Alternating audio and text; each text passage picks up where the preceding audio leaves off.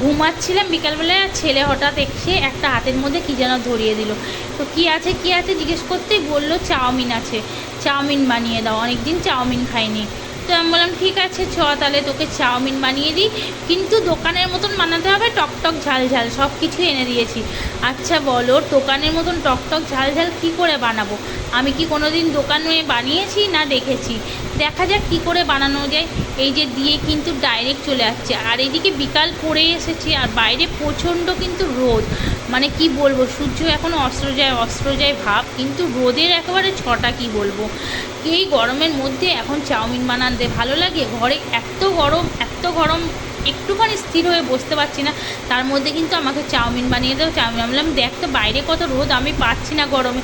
বলে যেমনই রোদ হোক যাই হোক চাউমিন বানিয়ে দাও। তারপরে আবার যেমন তেমন না, দোকানের মতন, যাই হোক চাউমিন যেমন বানায় সেরকম বানালাম, আর ওপর থেকে সোয়া সস আর চিলি সস দিয়ে দিলাম। আমি বললাম দেখ যদি দোকানের মতন হয় তো কী করে বলবো, আর দোকানের মতন নাও হতে পারে। বললো সোয়া সস চিলি সসটা দেওয়া দেখে বলছে হ্যাঁ কালারটা কিন্তু দোকানের মতন অনেকটা চলে এসেছে, কিন্তু পুরোটা তুমি কিন্তু পারিনি।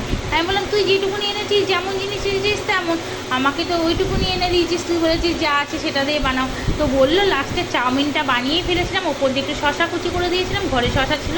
তো আমার ছেলে বললো ভালোই হয়েছে। যাক আমারও একটা অভিজ্ঞতা হলো নতুন চাউমিনের, আর ওর সাথে সাথে কিন্তু খাওয়াটাও বেস্ট হলো। তো তোমরা কে কী বলছো অবশ্যই কমেন্ট করে জানিও।